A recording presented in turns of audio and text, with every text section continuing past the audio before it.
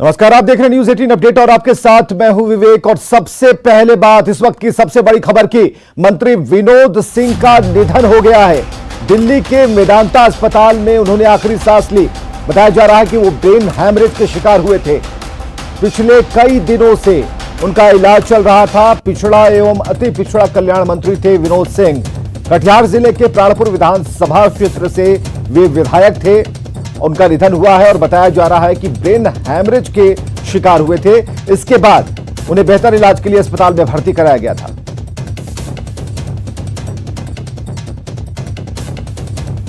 तो मंत्री विनोद सिंह का निधन, कटिहार के प्राणपुर विधानसभा क्षेत्र से विधायक थे और जो अभी अभी खबर आ रही है उसके मुताबिक इलाज चल रहा था, लेकिन इस बीच एक दुखद खबर कि उनका निधन हो गया मंत्री विनोद सिंह का।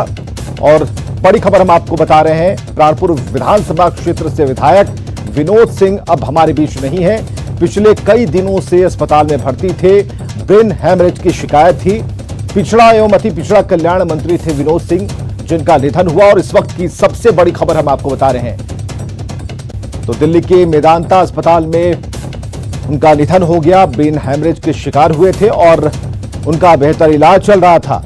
लेकिन इस बीच एक दुखद खबर हम आपको बता रहे हैं कि उनका निधन हो गया है मंत्री विनोद सिंह का, जो कि कई दिनों से बीमार चल रहे थे।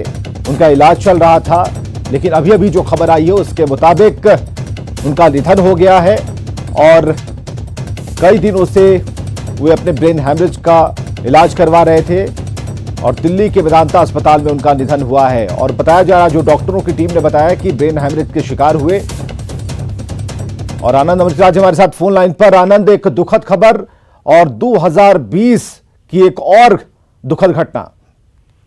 देखिए विवेक, निश्चित तौर पे मंत्री विनोद सिंह बहुत ज्यादा उनका उम्र भी नहीं हुआ था, 50 के अंदर के थे। और पिछले कुछ दिन पहले उन्हें कोरोना हुआ था, जिसको लेकर उन्हें पटना के एम्स अस्पताल में भर्ती कराया गया था।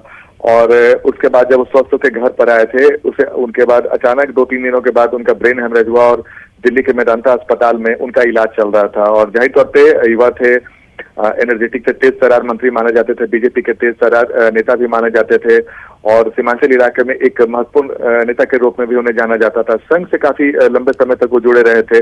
और जाहिर सी बात है, कई बार वो इसको लेकर उन्होंने आंदोलन किया और उसके बाद वो जेल भी गए थे।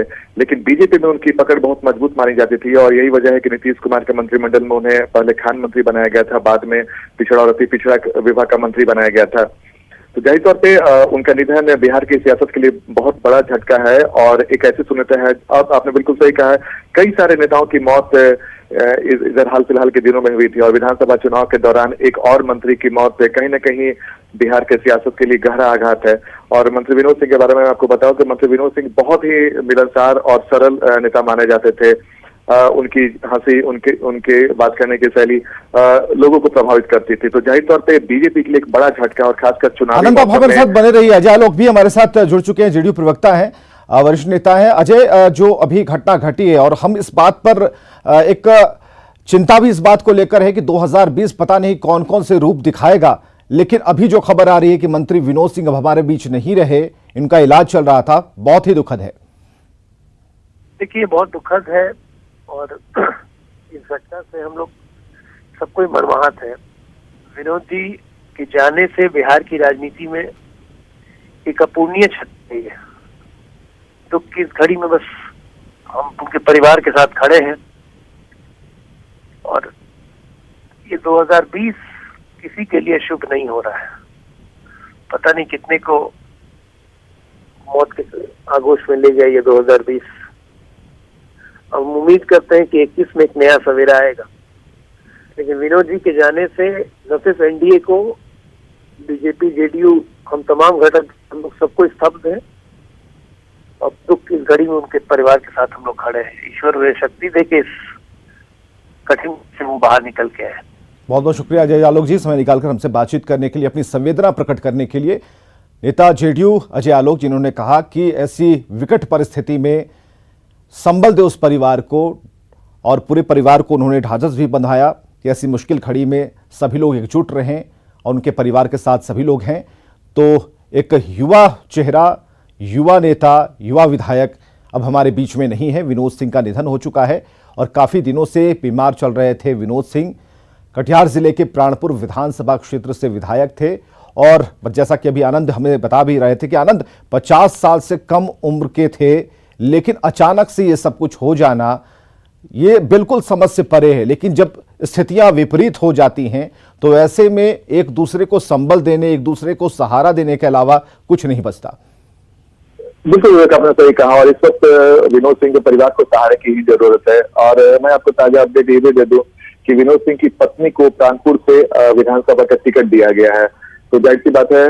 और अभी मैं आपको अपडेट कर दूं कि बिहार के मुख्यमंत्री नीतीश कुमार ने भी मंत्री विनोद सिंह के निधन पर गहरा शोक व्यक्त किया है और उन्होंने कहा कि एक अपूरणीय क्षति है। उनके मंत्रिमंडल के एक सहयोगी का निधन ये सामयिक हो जाना गहरा आघात है। तो लगातार शोक संदेश दिया जा रहा है और बिहार के मुख्यमंत्री नीतीश कुमार ने विवेक मंत्री विनोद सिंह के निधन पर गहरा शोक व्यक्त किया है। तो लगातार हम आपको बताते जा रहे हैं कि जिस तरीके से मंत्री विनोद सिंह की मौत हुई है और ब्रेन हेमरेज हो गया। मैं फिर से अपने दर्शकों को बता दूं कि वो कोरोना से पीड़ित हुए थे और उसके बाद उससे स्वस्थ होकर कोरोना से लड़ाई उन्होंने जीत लिया था।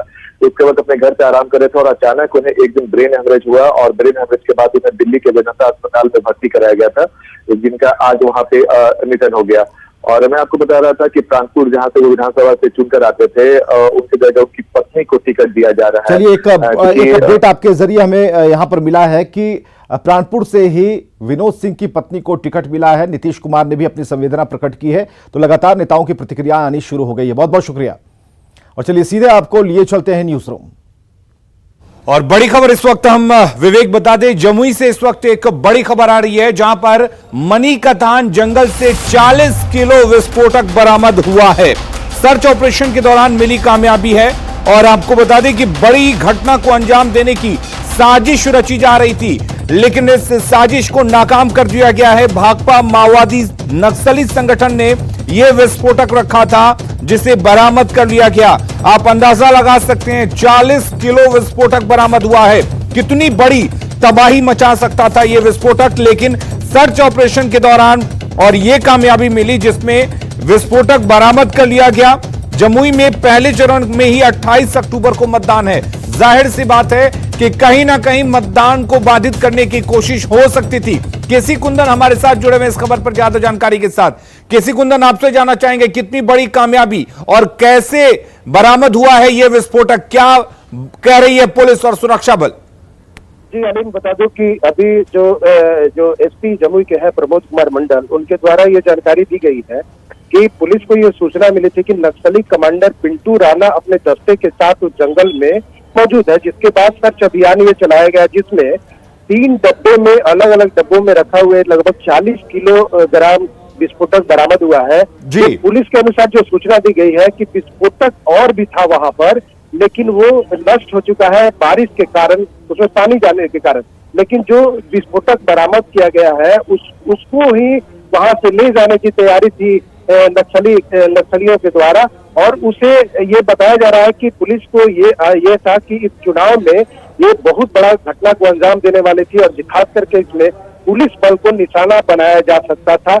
ऐसा जो एसपी है उन्होंने पुष्टि की है और उन्होंने कहा है कि ये बहुत बड़ी घटना को अंजाम देने जो नक्सलियों का मंसूबा था उस पर पानी फेर दिया गया है। जी अली केसी कुंदन, 40 किलो विस्फोटक बरामद हुआ है। जाहिर सी बात है कि पहले चरण में यहां पर मतदान होने हैं तो कहीं ना कहीं मतदान को बाधित करने की कोशिश होती, लेकिन यह विस्फोटक एक और इशारा कर रहा है कि नक्सली आगे और इस तरह के मंसूबों को अंजाम दे सकते हैं। इसको लेकर क्या कुछ कह रही है पुलिस? जी अलीम, बता दूं कि अक्सर ये देखा गया है कि जब चुनाव के मौके आते हैं तो नक्सली अपनी उपस्थिति दर्ज कराने के लिए बहुत बड़ी घटनाओं को अंजाम भी देते हैं। कई बार ऐसा आशंका भी रहता है कि पुलिस बल को टारगेट किया जाए, खास करके जब वोटिंग होता है, वोटिंग के बाद जब मतदान कर्मी या ईवीएम को लेकर जाया जा रहा था तो पेट्रोलिंग पार्टी या इस तरह के जो मतदान कर्मी हो उन्होंने। चलिए केसी कुंदन, बहुत बहुत शुक्रिया आपका तमाम जानकारी देने के लिए। सीधे एक बार फिर से आपको लिए चलते हैं स्टूडियो। चलिए बगहा से खबर आ रही है जहां के रामनगर की विधायक भागीरथी देवी का एक वीडियो वायरल हो रहा है और वीडियो में विधायक से आम लोगों की बातचीत है जिसमें लोग उनके काम का हिसाब मांग रहे हैं। वीडियो धोकराहा पंचायत के नौगावा गांव की है। लोगों का आरोप है कि उनके इलाके में सड़क के साथ विकास का कोई काम नहीं हुआ। विधायक ने क्षेत्र पर कोई ध्यान नहीं दिया। हालांकि वायरल वीडियो में विधायक क्षेत्र में होने का दावा कर रही हैं। हम जनता से भेंट करे तो इतना दिन कहाँ रही? 7 महीना लॉकडाउन लागल कोरोना में रहुआ कहाँ रही? बीच में क्षेत्र में घूमत ना रही, कबो नहीं खियाई रहुआ। कभी कभी घूमत रही। विधायक जी हमार सुनी बात, रहुआ एक बेर नहीं खियाई, पहली बार आई रहुआ, पहली बार आई रहुआ अपना वोट खातिर आई। एक बात सुनी, एजा के जनता मूर्ख नहीं का जान होशियार हो गई। यहाँ के जनता वही के वोट दी जे विकास के काम करी। रहुआ एको विकास के काम नहीं करे। 10 वर्ष से कुछ ना कैली, रोड वही ना टूटल बा, रोडो ना बनौली ना, हमने के कौन जो आइले ना आइली ना राशन पटाई, हमने के जौन जाति बानी हमने के राशनो नहीं के मिलो। उनका से एक खाली आइलो रही तो पर साल आई रही तो कहली कि हाँ मिली आइले ना मिलो। 10 साल से हमारे प्रखंड की विधायिका भागीरथी देवी रह चुकी हैं और हमारे गांव में एक बार भी नहीं आई है और कभी कभार आती थी और जनता से मिले बगैर भी चली जाती थी। हमारी मांग यही है कि हमारे गांव में सड़क चाहिए और नाला चाहिए, जो कि हल्की बारिश से जल जमा हो जाता है, आने जाने में कठिनाई होती है। सीएम नीतीश कुमार का चुनावी अभियान आज से शुरू हो रहा है। सीएम नीतीश आज और कल दोनों दिन तक वर्चुअल रैली को संबोधित करेंगे। 2 दिनों में सीएम नीतीश 35 विधानसभा के मतदाताओं को संबोधित करेंगे। इसके बाद 14 अक्टूबर से सीएम जनसभा करने वाले हैं। हर दिन सीएम नीतीश की 4 सभाएं होंगी। सभा करने के बाद शाम को सीएम वर्चुअल रैली को संबोधित करेंगे।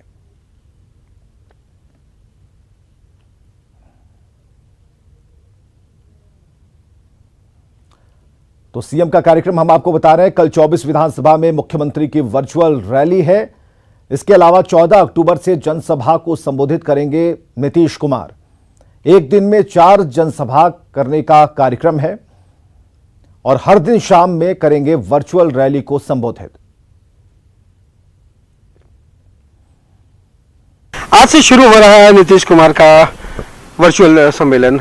हाँ, आज से कैंपेन को शुरू कर रहे हैं और हम समझते हैं कि 3 मीटिंग करेंगे। किसी में 11 विधानसभा है, किसी में 14 है, किसी में, तो इससे करके 3 आज 5 बजे से है, फिर कल 11 बजे से है, फिर कल शाम में 4 बजे से, वैसे करके ब्रेकअप किया हुआ है।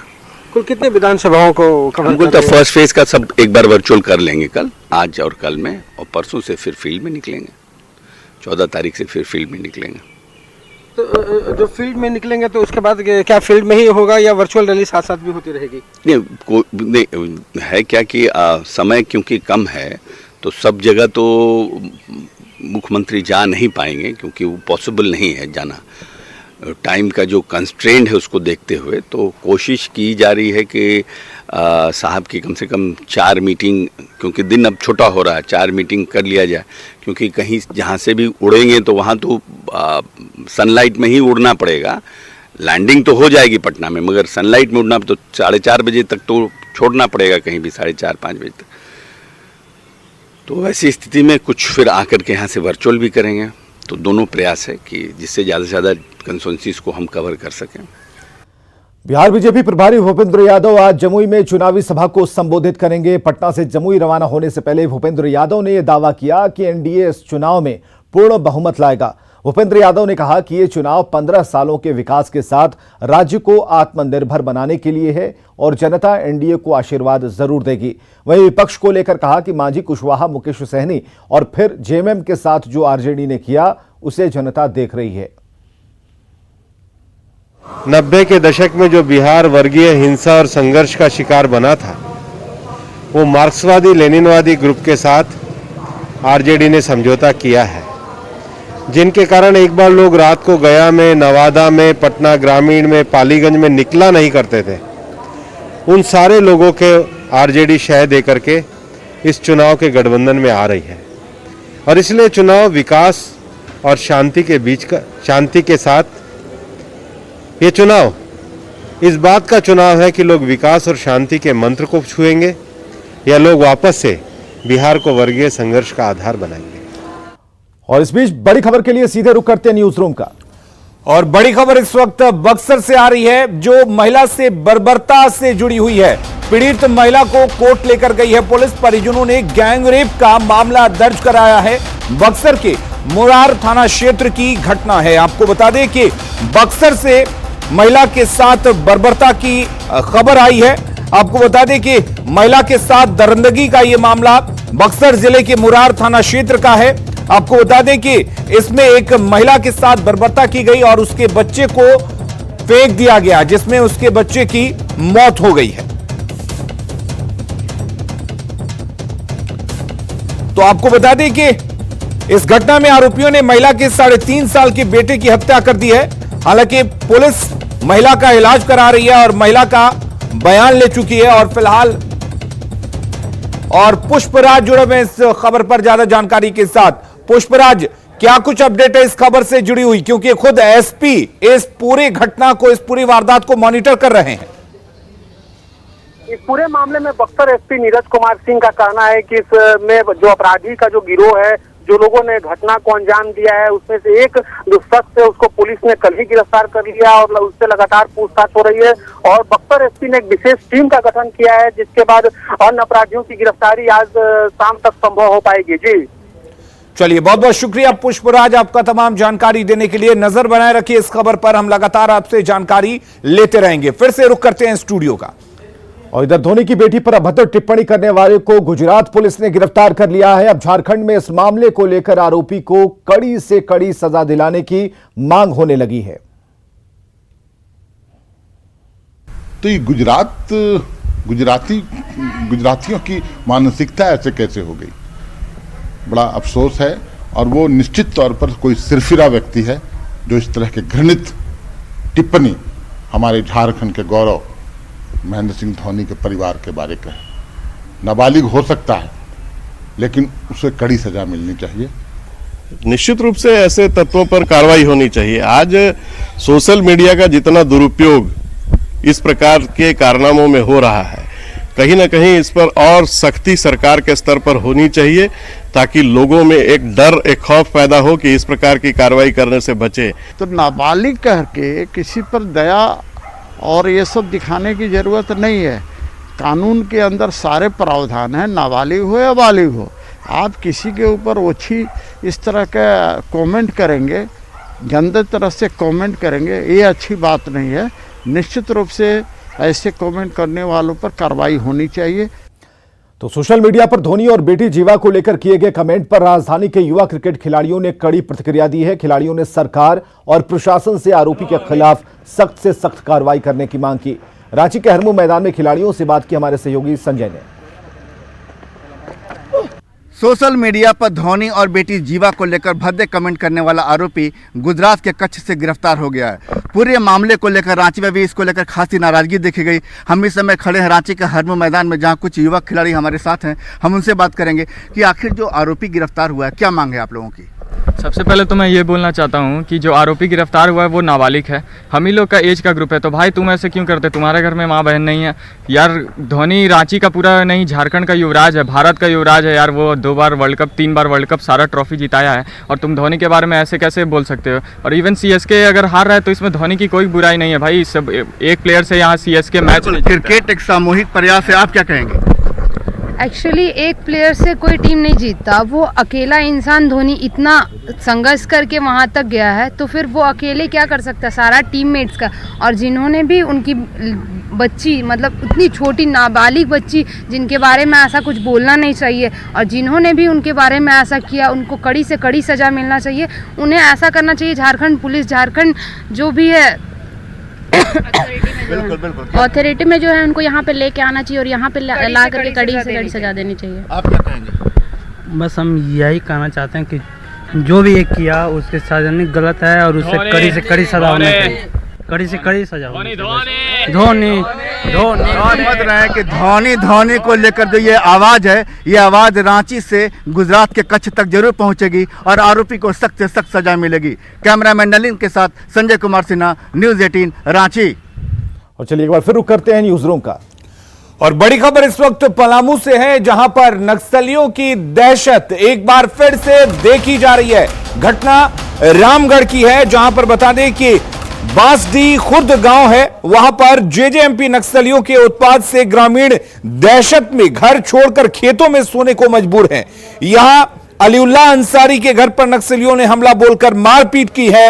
वहीं 50 लाख रुपए लेवी देने की भी मांग की है और नहीं देने पर परिवार के साथ घर को बम से उड़ाने की धमकी दी है। इस घटना के बाद से गांव में लोग खौफजदा हैं और घर छोड़कर खुले स्थानों पर रात गुजार रहे हैं।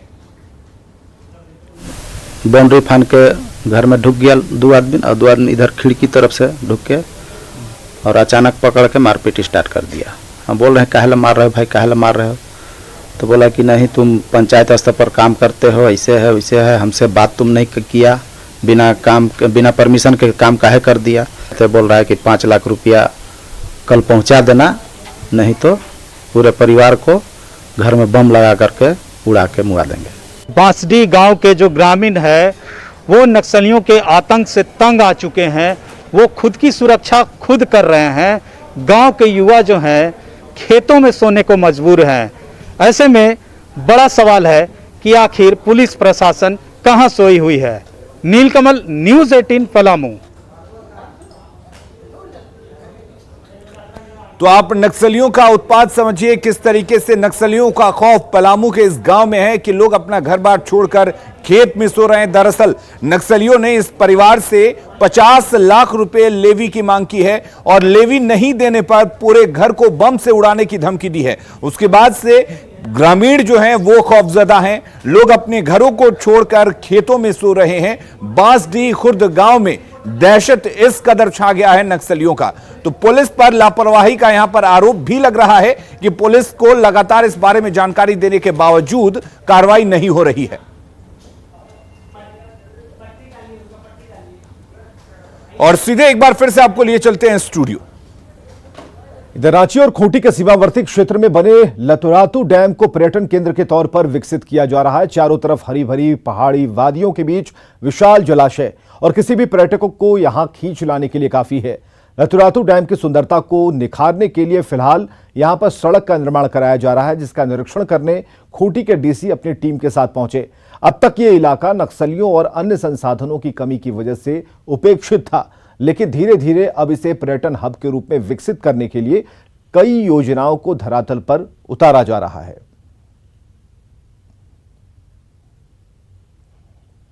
खबरें लगातार जारी हैं, आप बने रहिए न्यूज़ 18 बिहार झारखंड के साथ।